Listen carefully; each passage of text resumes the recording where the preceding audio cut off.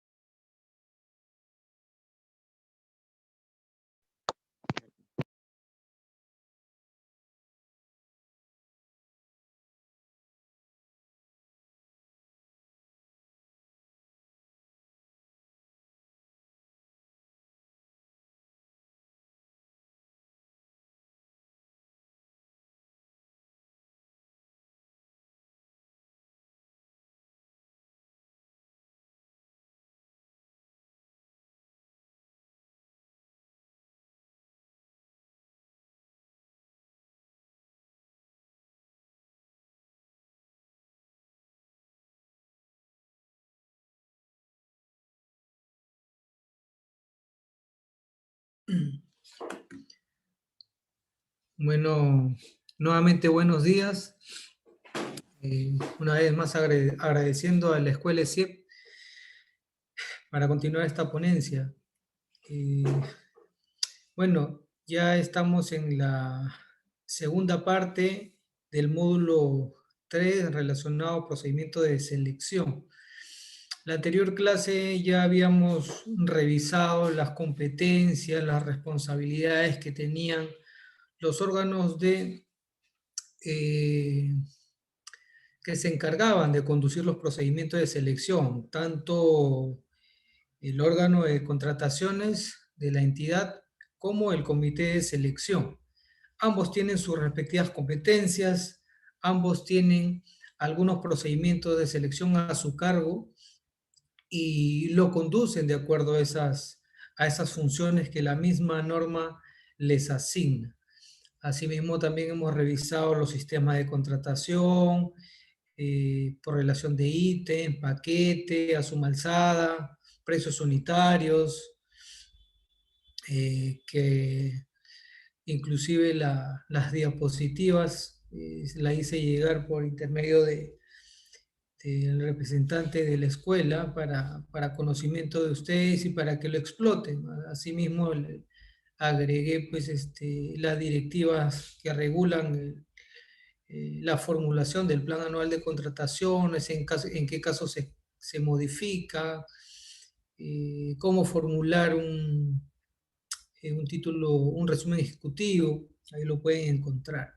Entonces ya en esta parte vamos a introducirnos a la parte de la conducción propiamente dicha de estos órganos, tanto del órgano de contrataciones como el comité de selección. Eh, entonces voy a continuar con el proceso. Bueno, de manera general y de manera de recordar, y digamos, estas son las etapas de la fase de los actos preparatorios, ¿no? Para recordar, toda entidad tiene un área usuaria, la misma que genera el requerimiento de sus bienes, servicios o en caso de obras, para que luego el órgano encargado de las contrataciones haga su estudio de posibilidades en el mercado, donde se hacen las indagaciones, se realizan, se determina el valor estimado, el valor referencial, y una vez que se determina este valor estimado, valor referencial y el objeto de la contratación, que puede ser bienes, servicios u obras, se establece o se identifica el tipo de procedimiento de selección a convocar. Luego solicita el órgano de contrataciones la disponibilidad presupuestal para poder convocar el procedimiento. Continúa con la expedición o la formulación del expediente de contratación, donde acá se incluyen una serie de documentos que tienen que estar incluidos obligatoriamente para que el comité pueda iniciar sus trabajos, ¿no? Aquí se establece la determinación del tipo del proceso, la modalidad, la numeración del proceso, el nombre del proceso. Asimismo va la solicitud de aprobación y la aprobación del expediente. Este expediente de contratación debe ser aprobado por el funcionario al quien se le haya delegado esta facultad, o puede aprobarlo el mismo titular de la entidad. Asimismo, el comité de selección o el órgano encargado de las contrataciones recibe este expediente de contratación para que se instalen, para que se reúnan y empiecen a conducir este procedimiento con los titulares del comité, o en caso de ausencia por los suplentes. Este comité de selección va a realizar la aprobación de las bases, que prácticamente van a ser las reglas de juego del procedimiento de selección. Aquí es donde se van a contener todos los requisitos, los parámetros, los lineamientos que requiere la entidad. Entonces, hasta aquí prácticamente culmina los actos preparatorios. Aquí. Ahora pasamos a la siguiente fase, que es la fase de selección. Como ya habíamos visto en la norma de contrataciones, existen 3 fases claramente diferenciadas. La fase de etapa preparatoria, la fase de selección y la fase de ejecución contractual. En estos momentos nos encontramos en la fase de selección, donde se va a seleccionar al proveedor a quien se le vaya a asignar o otorgar el otorgamiento de la buena pro. El mismo que nos va a ofrecer sus bienes, sus servicios, o si es un contratista para la ejecución de una obra. Es importante esta mica porque en ella se establecen los topes de cada procedimiento de selección. En esta columna de la izquierda podemos ver los tipos de procedimientos de selección que prevé la normativa de contratación. La licitación pública, concurso público, la adjudicación simplificada, la selección de consultores individuales, comparación de precios, subasta inversa electrónica y contratación directa. Ya sabemos que cuando hablamos de licitación pública estamos hablando de contratación de bienes u obras.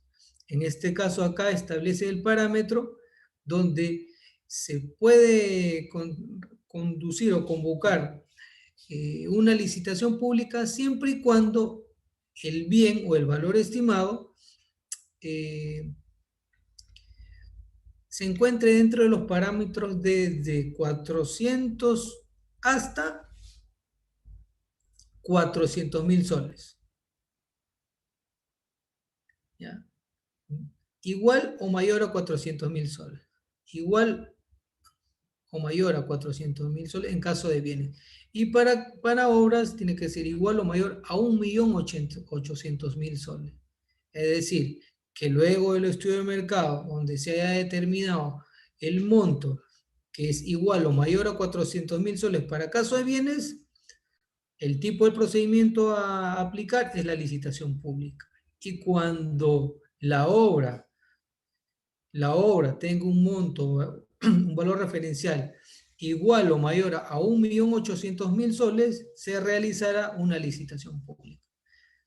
Asimismo, el concurso público está relacionado directamente a los servicios, no contratación de bienes, sino servicios, servicio de seguros, servicio de consultoría, como en este caso. Ya sabemos que cuando se va a ejecutar una obra, se tiene que contratar el servicio de supervisión de la obra. Y quien realiza esa función prácticamente es un ingeniero, un arquitecto, un experto en temas de supervisión de obra. Y en caso no cuente la entidad con presupuesto, se debe designar un inspector. Entonces, para este tipo de casos, el concurso público señala que el valor tiene que ser igual o mayor a 400.000 soles, en caso de servicios o consultoría de obra. La adjudicación simplificada tiene un rango, un parámetro de 34.000 a 400.000 soles. Aquí se da en la adjudicación simplificada, sí se pueden contratar bienes, servicios y obras. Es decir, los tres rubros. Puede contratar bienes desde 34.000 a 400.000 soles, si es que queremos comprar computadoras, bienes, enseres. En caso de consultoría o servicios, de 34.000 a 400.000 soles de la misma forma. Y para las obras mayores de 34.400 hasta 1.800.000. Es hasta 1.800.000 o menores a 1.800.000, porque a partir de ese monto, a más, el tipo de procedimiento de selección a aplicar es la licitación pública. Entonces, aquí estos tres tipos de selección son los que comúnmente se aplican en las entidades públicas. Son los más frecuentes, los más recurrentes, los más utilizados.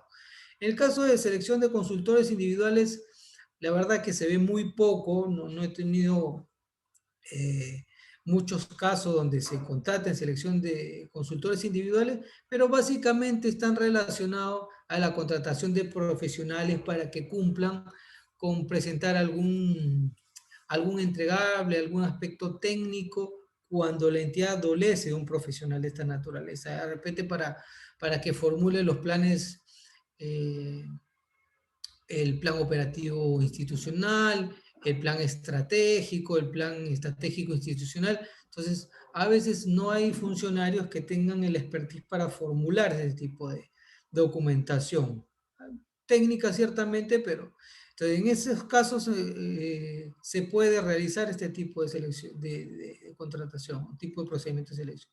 Comparación de precios, bueno, que tiene un rango igual para bienes y servicios de 34.000 a 64.500 soles.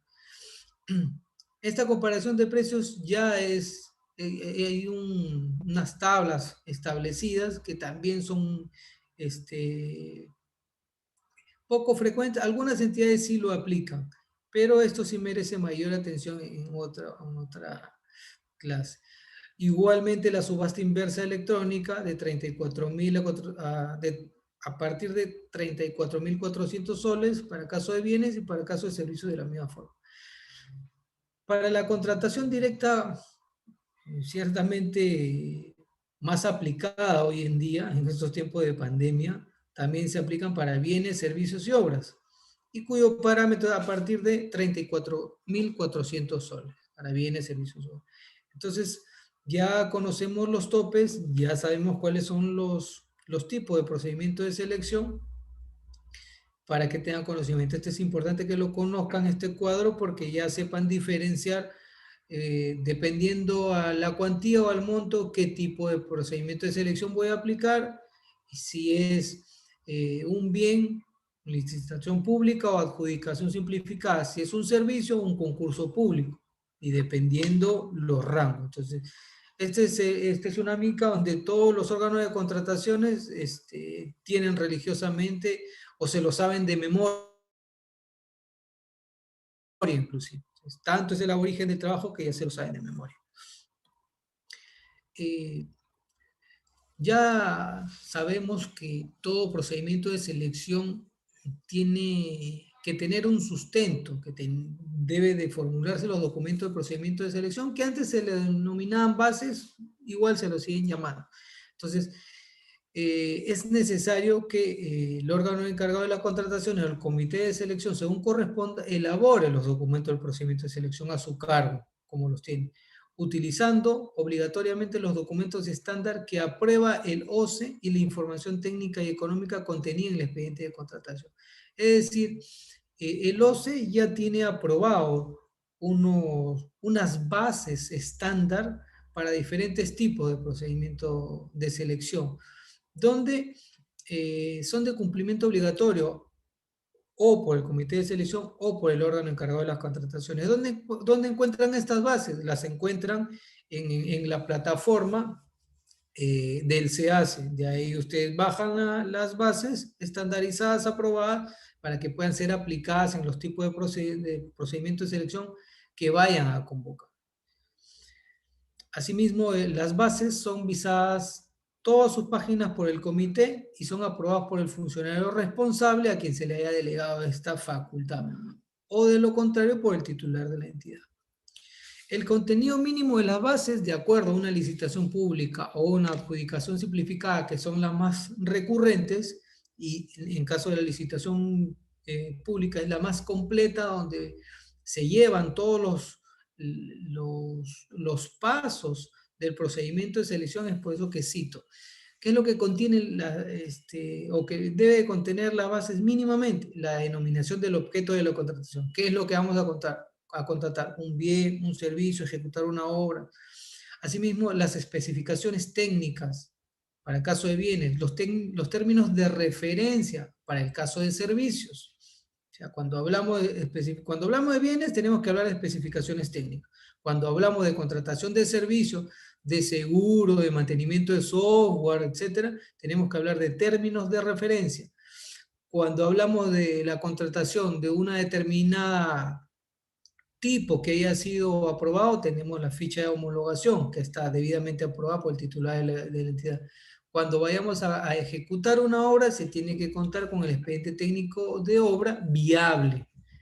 Asimismo, se tiene que establecer, indicar el valor referencial o el valor estimado según corresponde. La moneda en que se expresa la oferta económica, porque en muchos casos pueden convocarse o conducirse procedimientos de selección en moneda extranjera. Entonces es importante señalar el sistema de contratación, la modalidad de ejecución contractual, es decir, si es a suma alzada, si es por precios unitarios, si es por paquetes, por relación de ítem, este tipo de sistemas y modalidades son las que tienen que estar incluidas. Las fórmulas de reajuste cuando correspondan, cuando se prevé de que puede existir una modificación, alzas o situaciones de fuerza mayor durante el procedimiento de selección o en la ejecución contractual misma, estas fórmulas de reajuste, donde ambas partes ya tengan previsto, cuando se presenten estas situaciones, y hayan plasmado en las bases algún modelo o sistema de reajuste. El costo de reproducción de las bases, los participantes o quienes decidan participar en el procedimiento de selección, tienen el derecho de poder solicitar la reproducción de las bases y se debe de constar en ellas el costo. Los requisitos de calificación, los factores de evaluación que van a realizar el comité de selección o el OS, las garantías que se van a aplicar en este tipo de procedimientos. Entonces, toda esta relación son el contenido mínimo que debe de tener las bases. Básicamente, o principalmente cuando estamos hablando de una licitación pública. ¿Cuáles son las etapas del procedimiento de selección? Y cito la licitación pública porque es la más completa, porque es el tipo de procedimiento de selección donde se cumplen todos los pasos previstos para conducir y llevar a cabo un procedimiento de selección. Porque, por decir, en una contratación directa se omiten muchos actos, muchos procedimientos. Entonces, la más completa de todos los tipos de procedimientos de selección previstos en la norma, donde se cumplen todos los parámetros, es en la licitación pública. Por eso que cito la licitación pública. Y ¿Cuáles son estos fases, estos pasos? Primero, la convocatoria. La convocatoria que realiza el OS es un cronograma de actividades donde se establecen las fechas de cuándo se inicia la convocatoria, el registro de participantes y los plazos y hasta inclusive el día en que se va a adjudicar la buena o los días probables. Se tiene también el registro de participantes, la formulación de consultas y absoluciones, y observación e integración de bases, la presentación de ofertas, la evaluación de ofertas, la calificación de las ofertas y el otorgamiento de la buena. Estos son las etapas del procedimiento de selección que sí o sí se cumplen, sí o sí se cumplen, y quienes conducen todos estos pasos importantes y sustanciales es el órgano de contrataciones o el comité de selección. Bueno, ya hablando de la convocatoria, que es el primer paso, acá esta convocatoria se realiza a través de la publicación en el SEACE, donde se incluye la siguiente información: la identificación, domicilio y RUC de la entidad que convoca, importante porque tenemos que saber dónde vamos a presentar los documentos, dónde vamos a solicitar copias de reproducción del expediente, de las bases o alguna otra coordinación. La identificación del procedimiento de selección, qué tipo, licitación pública, concurso público, selección individual de consultores, etc. La descripción básica del objeto del procedimiento, es decir, qué es lo que se va a contratar. Prácticamente es la definición. Asimismo, se establecen, como indiqué, los plazos en los procedimientos de selección, desde su convocatoria hasta el perfeccionamiento del contrato. Se computan en días hábiles, es decir, que sábados, domingos y feriados no son computables en este plazo, solamente los días laborables, los días hábiles. El registro de participantes. Todo proveedor que desee participar en un procedimiento de selección se registra como participante, debiendo de contar con ello con la inscripción vigente del Registro Nacional de Proveedores, conforme al objeto de la contratación. Es decir, este es un requisito sine qua non donde los participantes deben de contar con esta constancia, con este documento que les permita, que los habilite participar de este procedimiento de selección, porque de lo contrario, su participación, su oferta puede ser rechazada, o al momento de calificársele, se le puede rechazar por no contar con esta requisito. Asimismo, el registro de participantes es gratuito, electrónico, y se realiza a través del sistema electrónico de contrataciones del Estado, que es el que conocemos como el SEACE. Consultas y observaciones de integración de las bases. Este es otro paso importante.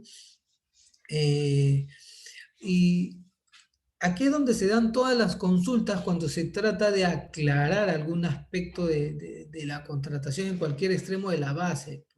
Por ejemplo, si hay algún vacío, si hay alguna duda, a través de las consultas, de acuerdo al plazo que establece la norma, los participantes formulan esta consulta. Por ejemplo, las dimensiones del escritorio que se requiere para su contratación, digamos, el color o alguna especificación técnica, el diámetro, hablando de bienes. Y en el caso de las observaciones, y la entidad tiene el plazo de responder la absolución a estas consultas. La entidad tiene que responder estas consultas. Y cuando se habla de observaciones, ya las observaciones van a cuestionar de manera fundamentada un aspecto que puede contravenir con la normativa de contrataciones o con cualquier otra normativa de carácter técnico. En caso de ejecución de obras, la normativa que regula las edificaciones y construcciones, o cuando se va a realizar una implementación, una unidad hospitalaria, la normativa que regula la implementación de estas unidades que requieren ciertos requisitos y parámetros. Entonces, cuando hablamos de una duda en cuanto algún aspecto de las bases, los participantes presentan consultas. Cuando el participante observa en las bases que hay una inobservancia a la ley de contrataciones o a la norma técnica, presenta observaciones. En ambos casos, el comité o el órgano encargado de las contrataciones tiene los plazos fijados en la normativa para poder absolver las consultas y observaciones, también de manera fundamentada.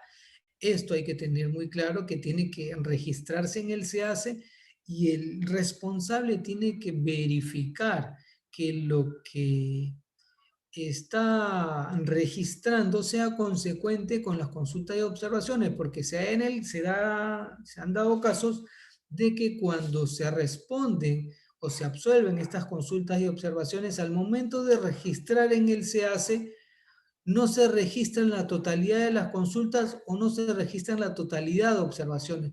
O de repente hay un cambio en el orden.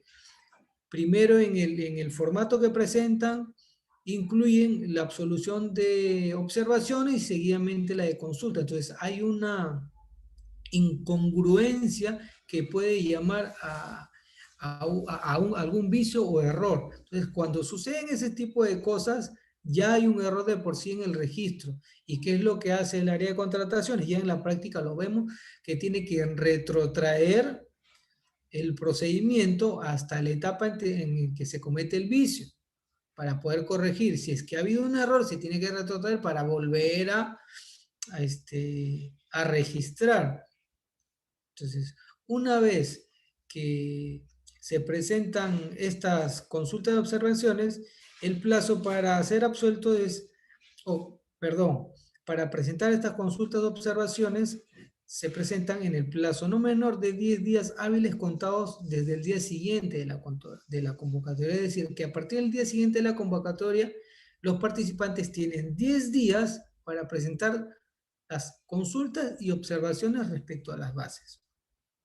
Entonces, una vez que se absuelven estas consultas y observaciones, quedan integradas las bases, es decir, que las bases ya quedan inmodificables, las bases ya quedan corregidas. Por eso es que si es que se toman las consultas, se hacen las aclaraciones. Si es que se aceptan las observaciones y hay algunas correcciones, todas estas modificaciones que signifiquen van a ser integradas en la base, es decir, van a quedar tal y como se absolvieron o se aprobaron. Entonces, una vez que se integran las bases, ya estas bases son inmodificables y son los documentos de procedimiento de selección que van a servir al comité o al órgano encargado de las contrataciones para conducir el procedimiento de selección.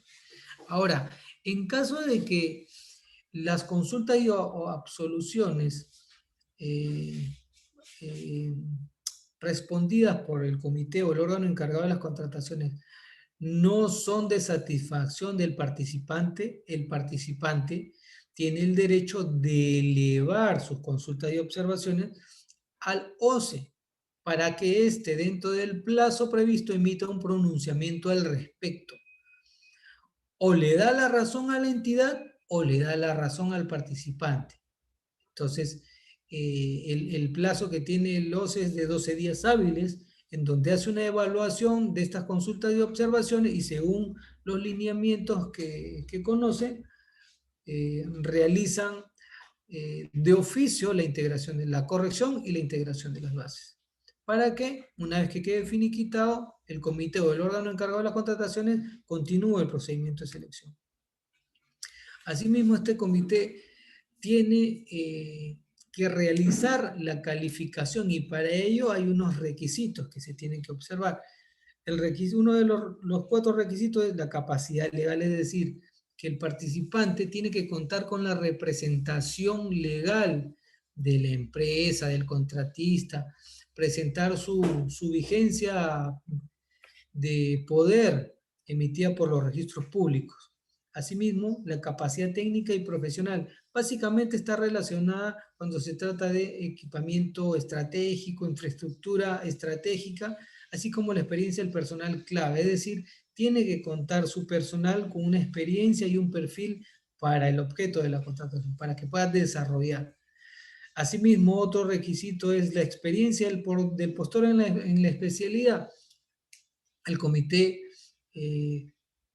puede verificar cuál es la experiencia que tiene este postor, cuántos contratos ha ganado sin cuestionamientos, qué tanta experiencia tiene este postor o este participante en este objeto de la contratación. O sea, ¿para qué? Para poder tener la confianza de que podemos seleccionar otorgar una buena pro a un participante que conoce el rubro, que realiza sus actividades en este giro y consecuentemente hay mayor fiabilidad.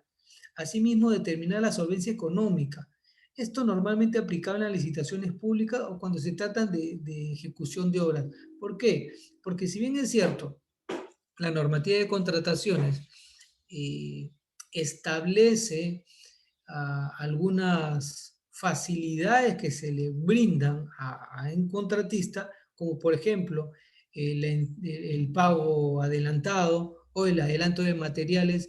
Prácticamente este tipo de formas son inyecciones de recursos o de capital al contratista, en algunos casos, para que puedan impulsar su obra, porque muchas veces quienes se presentan no tienen la solvencia económica suficiente y aprovechan estas bondades que ofrece la normativa de contrataciones para solicitar el pago de adelantado, que es hasta un porcentaje, y el adelanto de materiales. Entonces, ellos requieren este impulso porque no tienen la solvencia necesaria. Entonces, para evitar eso, sí o sí tiene que haber una buena verificación, una calificación, qué tan solvente es la empresa, si puede responder con su solvencia para ejecutar una obra cualquiera que sea, y no vernos en estas situaciones de controversia donde por falta de presupuesto se paralice la obra, no se cumplan con los plazos y consecuentemente la entidad no logre alcanzar la meta propuesta en el año fiscal previsto. Asimismo, se expresan o se deben de evaluar factores pues, propiamente dicho, factores de evaluación. En caso de bienes y servicios en general, el precio es un factor de evaluación y adicionalmente pueden establecerse otros, pero sin embargo, y incido en esto, que no necesariamente el precio más barato o el contratista o el participante que ofrece sus productos con el precio más barato es el que el órgano encargado de las contrataciones, el comité de selección, debe de otorgarle la buena pro, porque la entidad no necesita lo más barato. Lo que necesita la entidad es productos, bienes o servicios de calidad y a buen precio. Entonces, no es que porque el precio de determinado proveedor es el más bajo, yo le voy a adjudicar la buena pro, o ya al menos estoy orientándolo. Si tiene el más bajo precio, es un buen factor de evaluación, pero además tiene que ir íntimamente ligado con la calidad del producto, porque de nada no va a servir comprar un bien barato, aparentemente donde se haga economía en cuestión del presupuesto, pero sin embargo al mes o a los 2 meses se va a romper, se va a malograr o no va a servir. Entonces eso no es lo que se quiere. El espíritu de la norma es que se compre un producto a buen precio, pero de buena calidad. Entonces, esto es importante señalar porque nosotros tenemos que buscar eso, aspirar a un buen producto de buena calidad y si de repente cuesta un poquito más o está dentro del parámetro, ese es el producto que necesita mi entidad para cumplir con sus funciones, para brindar el servicio, etc. Lo vemos en cualquier rubro, en las medicinas que son tan importantes. Yo he trabajado hace algunos años en una institución donde solamente se dedicaba a comprar medicinas. Y entonces uno cuando está en ese tipo de instituciones donde se dispensan estas medicinas, uno puede conocer de manera presencial, cuál es la urgencia, la necesidad, la importancia de la adquisición de estos medicamentos. Y ahí uno recién toma conciencia qué tan importante es un buen medicamento de calidad, que si bien es cierto puede costar un poco más, pero mitiga los dolores, las aflicciones. O sea, uno no puede imaginar los estados de los pacientes, eh, todos esos dolores que le pueden o que pueden mantenerse por no entregarle un buen producto, una buena medicina. Entonces, muchas veces por comprar en gran cantidad y barato, no son los medicamentos que le van a servir a esa persona, a ese enfermo. Entonces, ahí es donde vemos que no necesariamente el precio más bajo es el más eficiente o para la satisfacción, en este caso de los enfermos, de los pacientes, sino un producto un poco, digamos, un poco más caro o un poco subido en el precio, pero que sí va a ser de satisfacción del paciente, que sí va a mitigar su dolor, que sí lo va a tranquilizar, que sí lo va a calmar. Entonces, es por eso la importancia de este factor de evaluación. Asimismo, el plazo de entrega es otro factor de evaluación importante, porque de nada me sirve de que me puedan entregar los bienes que yo necesita a 6 meses. Yo lo necesito rápidamente. Entonces, el factor de evaluación me dice que me lo entregue en 15 días, otro me lo entrega en 7 días, u otro me lo entrega a los 3 días de la firma de los contratos. Entonces, yo lo quiero rápidamente y es un factor de evaluación importante que tiene que merituar el órgano encargado de las contrataciones o el comité de selección para poder tener este criterio. Asimismo, la garantía comercial y o de fábrica. Cuando compramos equipos, por ejemplo, ahorita que estamos en la pandemia, equipos médicos, equipos de esa tecnología, donde necesariamente tenemos que contar con una garantía suficiente, porque de nada sirve de que lo compremos y en corto plazo se pueda malograr, puede estar inoperativo, quede en pan. Entonces sí necesito saber cuánto tiempo de garantía comercial me ofrece la marca. 1 año, 2 años, además de los 2 años, asistencia técnica, capacitación a mi personal para operar y mantener el equipo. Todas esas consideraciones tienen que establecerse como factor de evaluación. Y otros factores que las bases prevean dependiendo del tipo de contratación. O sea, hay un sinfín de contratación, seguros, saneamiento de bienes, contratación de medicamentos, equipos, compra de equipos médicos, etcétera, ejecución de obras, un sinfín. Entonces, mucho tiene que ver, por eso repito, las bases, porque ahí es donde prácticamente el comité va a recurrir para poder conducir el procedimiento de selección. Eh, eh, luego de luego de estos pasos, eh, como se dice, la cereza del postre es el otorgamiento de la buena pro. El otorgamiento de la buena pro, donde el comité ya, luego de haber realizado la calificación, la evaluación de los factores, la calificación de sus ofertas técnicas, económicas, el precio, todo, se va a seleccionar y se va a adjudicar la buena pro a alguno de estos postores. Entonces, una vez otorgada la buena pro del comité o el OS, según corresponda, está en la obligación de permitir el acceso de los participantes y postores al expediente de contratación, salvo información calificada como secreta o confidencial. Esto también se presenta inclusive a controversias, porque recién otorgada la buena pro puede permitir el acceso a los participantes, antes no. Entonces, siempre el participante que no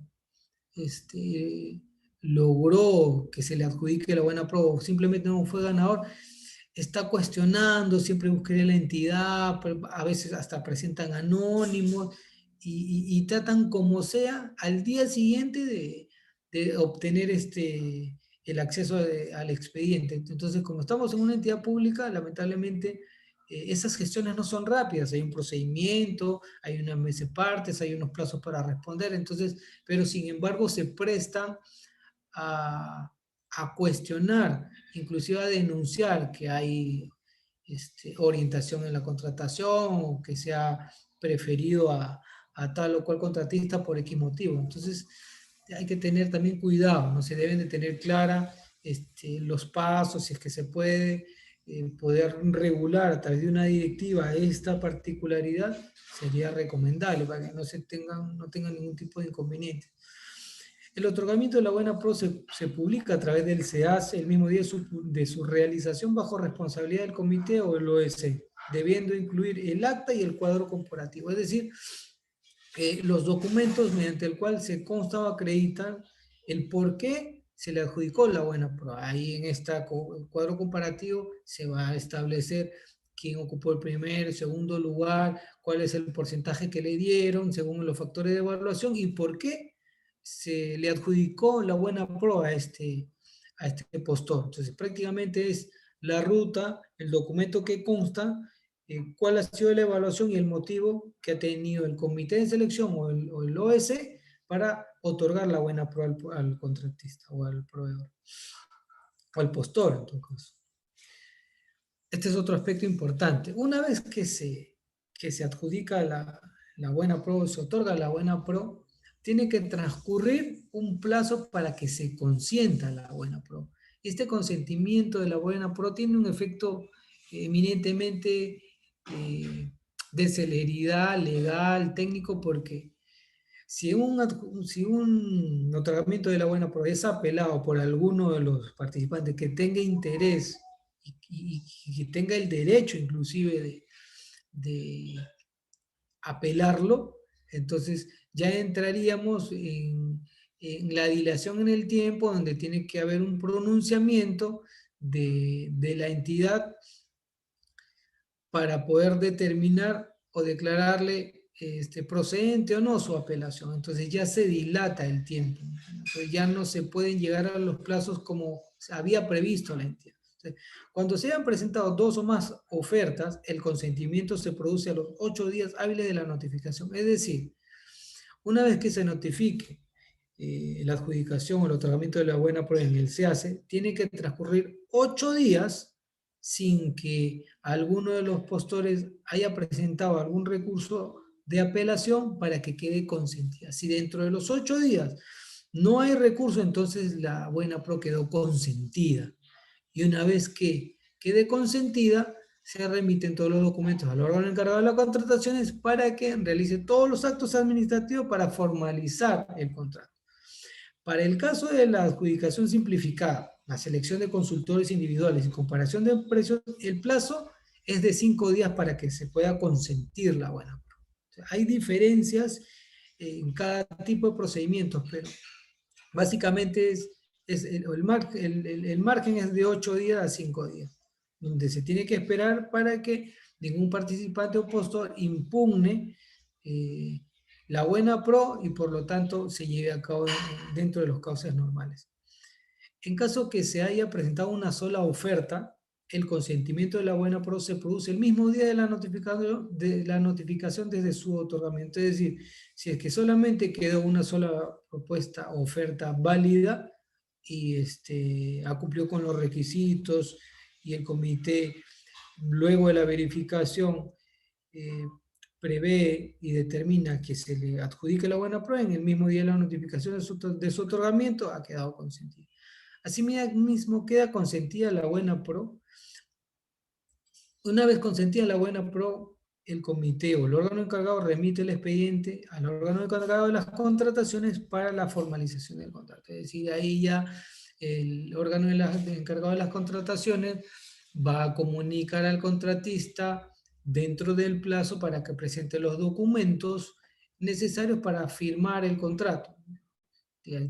Ahí ya tiene que presentar la garantía, tiene que presentar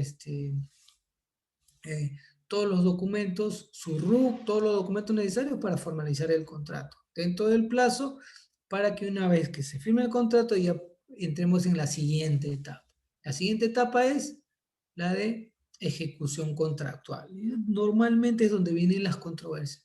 En esta etapa donde se tienen que entregar los productos, se tiene que dar la conformidad, donde se tiene que recibir la obra. En esta etapa ya un poco especial, es donde se generan las controversias, ¿no? Ahora, también existe una situación que el comité puede declarar desierto el proceso. ¿Cuándo se dan estos casos? Lo que señala la norma. Queda desierto un procedimiento de selección cuando no se recibieron ofertas o cuando no existe ninguna oferta válida, salvo en el caso de la subasta inversa electrónica, en que se declara desierto cuando no se cuenta con dos ofertas válidas. Es decir, para que se tenga una oferta válida, se tiene que cumplir, el postor tiene que cumplir con los requisitos que establece el procedimiento de selección, es decir, lo que contienen las bases. Tiene que verificar si es que cumple o no con los requisitos. Si es que, digamos, en la oferta se ha previsto todos los requerimientos o necesidades que ha presentado o que requiere la entidad. En caso exista, digamos, que de 5 requerimientos, en caso de medicina, digamos, por relación de ítems, solamente ha presentado 3, entonces se necesita que presenten los 2 entregables más, o que o que declare o que presente eh, estos 2 faltantes. Para eso la entidad le otorga un plazo para que pueda subsanar, de tal manera que su oferta quede válida. En caso no cumpla con los requisitos, entonces definitivamente la oferta no queda válida y por tanto se procede a declarar desierto el proceso. Asimismo, se declara desierto el procedimiento. Cuando se declare desierto el procedimiento, la siguiente convocatoria se efectúa siguiendo el mismo procedimiento de selección. Siguiendo el mismo procedimiento de selección. Si la convocatoria fue por licitación pública, nuevamente por licitación pública. Si es por adjudicación simplificada, nuevamente por adjudicación simplificada. En el caso de licitación pública o concurso público, la siguiente convocatoria se efectúa siguiendo el procedimiento de adjudicación simplificada. Aquí sí hay una corrección. En el caso de licitación pública o concurso público, la siguiente convocatoria se efectúa siguiendo el procedimiento de adjudicación simplificada. Si una subasta inversa electrónica es declarada desierta por segunda vez, la siguiente convocatoria se realiza bajo el mismo procedimiento, salvo que la entidad, como resultado del análisis efectuado en el informe declaratorio de desierto, determine su convocatoria a través de una adjudicación simplificada. La norma establece también que cuando el comité o el órgano encargado de las contrataciones declare desierto el procedimiento de selección, tiene que realizar un informe en el que conste cuáles son los motivos que ha conllevado a que se declare desierto, para que el área responsable pueda hacer el deslinde de responsabilidades si es que corresponde. Entonces, ¿por qué esta declaración de desierto afecta a los intereses de la entidad? Porque la entidad ya tiene un cronograma dentro de su plan anual de contratación y dentro de sus plazos previstos de cuándo se va a contar con el bien, con el servicio, con la obra. Y cuando se presentan estas situaciones de desierto, simplemente es porque ha habido un error, porque no ha habido unos buenos términos de referencia, una buena o cualquier error que haya podido cometerse, que ha significado que no hayan eh, ofertas válidas, ¿no? O cualquier vicisitud. Entonces, a veces, normalmente, cuando hay desierto es porque hay un error en cuanto a la formulación de la documentación. Entonces, por eso se busca identificar cuál es ese error para corregirlo y que no suceda. Porque, como repito, en los plazos previstos la entidad no llega a recepcionar los bienes, los artículos que necesita. Consecuentemente, eh, entorpece su funcionamiento, que a la final es quienes son los paganos, son los ciudadanos, son los que terminan recibiendo el servicio, o defectuoso, o no lo terminan por recibir. Ya culminando este aspecto o este tema, vemos la culminación del procedimiento de selección. Los procedimientos de selección culminan cuando se produce alguno de los siguientes eventos. Se perfecciona el contrato, es decir, se firma, sin ningún problema dentro de los cauces, cuando no ha habido una apelación o cuando ha habido, se ha resuelto y al final se ha firmado el contrato. Se cancela el procedimiento.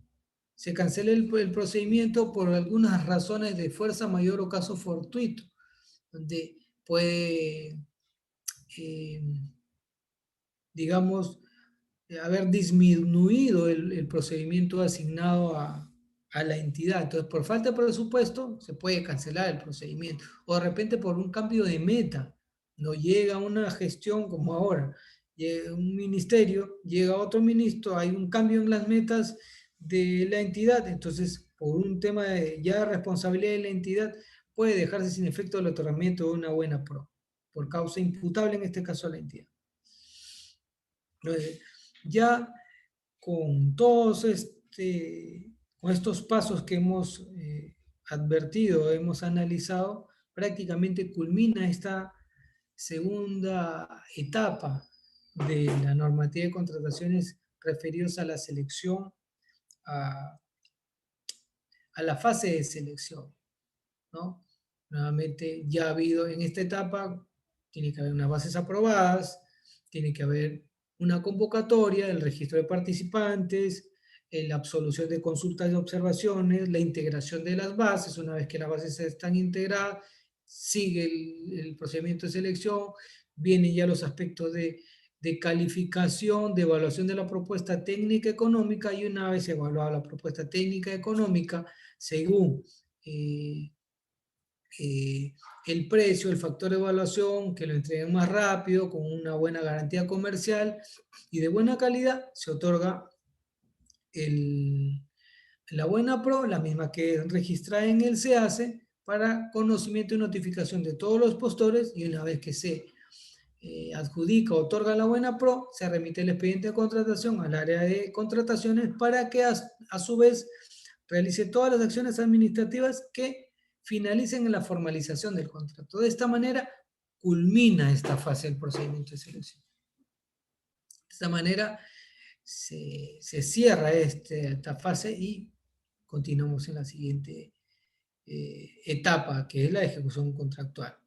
Entonces, hasta aquí es la, la clase de hoy, donde ya hemos visto todas las fases que se realizan o se llevan a cabo durante un procedimiento de selección, que lo puede llevar el OEC como el comité de selección, dependiendo los tipos que a cada uno le compete.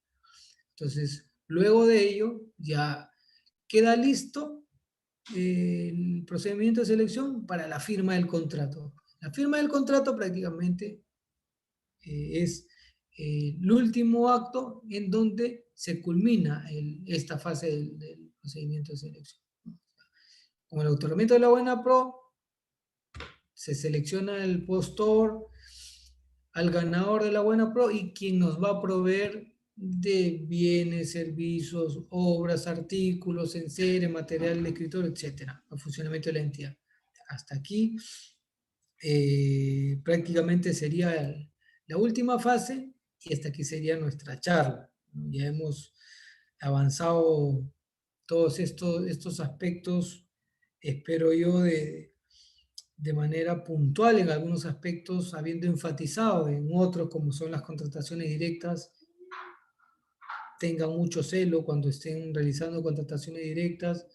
El próximo año no se imaginan la cantidad de auditorías y órganos de control que van a estar encima de las entidades para supervisar la conducción o cómo se ha llevado la contratación directa.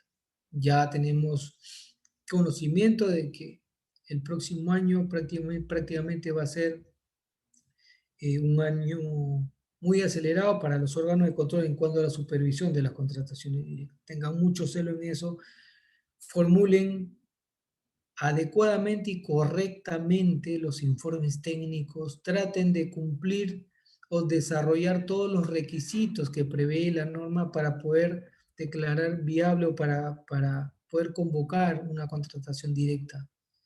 Sean celosos en eso, vean la parte pertinente, está en el artículo 100 y siguientes del reglamento de la ley de contrataciones, donde detalla todos los aspectos, lo que debe hacer y lo que no debe hacer. Ahí está comprendido todo, cuando va a ser una contratación, en este caso por emergencia sanitaria, por desabastecimiento, por secreto militar, etcétera. Ahí se encuentran todos los requisitos que el órgano encargado de contrataciones, al formular su informe técnico, tiene que desarrollar. Y esto ya es un lineamiento del OCE. Estos supuestos tienen que ser explicados, desarrollados, adecuadamente justificados. ¿Para qué? Para que mañana más tarde no tengan problemas ni cuestionamientos, ni estén siendo sujetos de procedimientos administrativos, ni mucho menos de denuncias penales por acto de corrupción. Entonces, Profesor, profesor, y, ¿cómo está? Buenos días. y buenos días. Profesor, me presento, soy Janet Velarde, he escuchado su clase y me gustaría hacerle alguna pregunta, no sé si podré, justo ahorita que está terminando su ponencia. Sí, claro. Tiene que ver con el tema de OCE, pero no tanto enfocado a lo que ha sido el motivo de su ponencia el día de hoy. Mire, yo trabajo para la administración pública y me interesa mucho, estoy abocándome ahorita al tema de contrataciones, de la certificación OCE, entonces más o menos por ahí va mi pregunta, ¿no? Una consulta, mire, para que una persona pueda pertenecer o formar parte del comité de las entidades públicas para desarrollar y buscar a los proveedores y dar la buena prueba a los proveedores que quieran contratar con el Estado, necesariamente tienen que tener esta famosa certificación OCE y en qué consiste eso. Claro, o sea, el reglamento de la ley de contrataciones, bueno, ahora es el texto único ordenado, establece que todos los funcionarios y servidores públicos que intervengan en el procedimiento de contratación tienen que contar con la certificación del OCE para que no puedan alegar desconocimiento o ignorancia de la normativa especial cuando se halle algún vicio, algún error en alguna contratación. Entonces, por eso que el reglamento exige y dispone que todos los funcionarios y servidores públicos de todas las entidades que elaboren o intervengan en las contrataciones tienen que estar certificados. Y más aún si es que participan del comité de selección, porque ellos son los que prácticamente van a otorgar la buena prueba al contratista, al postor, quien le va a proveer el bien, el servicio, o en el caso de una obra. Entonces, sí tienen que estar certificados, y más aún el jefe de contrataciones. Perfecto. Pero hablando así en blanco y negro, porque realmente no tengo en clara la figura, ¿en qué consiste la certificación? ¿Es un documento? ¿Es una capacitación? ¿Es La un documento institucional certificación, que le entregan a la institución o es por funcionario? Es un no, examen, ¿verdad? Que tiene que brindar exacto, es un examen que tienen que rendirlo en el OCE. Para eso hay unos niveles, hay unos exámenes para principiantes, hay otros para ya más expertos, con más conocimiento, hay niveles, pero sí o sí se tiene que rendir un examen, tiene que haber un costo de por medio, y en la fecha programada rindes el examen, lo apruebas y el OCE te va a emitir un certificado que has aprobado el examen y cuentas con la certificación. Con esa certificación tú ya cuentas con el respaldo suficiente para poder trabajar y laborar tranquilamente en el órgano encargado de las contrataciones. Ah, ya, ok, profesor. Si no cuentas con esa certificación, no podrías laborar en esas áreas, o peor Claro, aún, no formar parte del comité de selección. así es. Pero quien asume además esa responsabilidad es el titular de la entidad o a quien se le haya delegado la responsabilidad de designar al personal. ¿Por qué? Porque la entidad no puede estar ajena del conocimiento de la norma de contratación. Entonces, Ok, el titular de la entidad o el funcionario a quien se le haya delegado esta facultad sabe de que todas las personas o funcionarios que laboran tienen que estar certificados, tienen que tener conocimiento en la normativa de contrataciones, porque es una normativa especial, compleja, técnica. Entonces, sí requiere capacitar a su personal. Es decir, en este caso, de repente tú te estás capacitando por tu voluntad propia, como yo en alguna oportunidad también lo hice. Entonces, pero es responsabilidad de la entidad capacitar a su personal que elabora, porque cuando venga un órgano de control, detecte o haya un vicio eh, de cualquier motivo, al primero que van a llamar o requerir va a ser el titular de la entidad o el funcionario responsable, porque ha designado a determinado personal laborar en un área si es que no cuenta con el perfil o con el certificado que lo habilite para ejercer funciones en esa dependencia. Ya. Ok, profesor, muy amable. Gracias. Ok, de nada.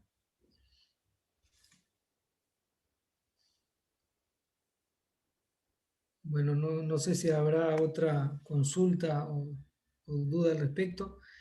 Ojalá que haya quedado claro, que haya sido entendible. Trato de citar algunos ejemplos para que se pueda aprender de una manera más didáctica, ¿no? O sea, en esta materia se aprende más de las situaciones que se presentan, de las controversias, porque son en las controversias donde uno recién puede identificar qué es lo que no se debió hacer o qué es lo que se debió hacer. Entonces, esas experiencias son como lecciones que uno va aprendiendo y va perfeccionando a medida que pasa el tiempo. Pero eh, este conocimiento es importante volcarlo para que obviamente ustedes también lo sepan y no se encuentren en algún momento en algún cuestionamiento, algún problema o puedan generar alguna controversia que afecte a la entidad. Entonces, por mi parte, muchas gracias por su atención y bueno, que tengan un buen fin de semana y hasta la próxima que ya empezamos con la eh, etapa de ejecución contractual, la última fase. Muchas gracias y gracias a la Escuela de CIEC, al doctor Alex por su cooperación y que tengan un buen fin de semana. Muchas gracias con todos. Hasta luego, doctor. Buen día. Gracias.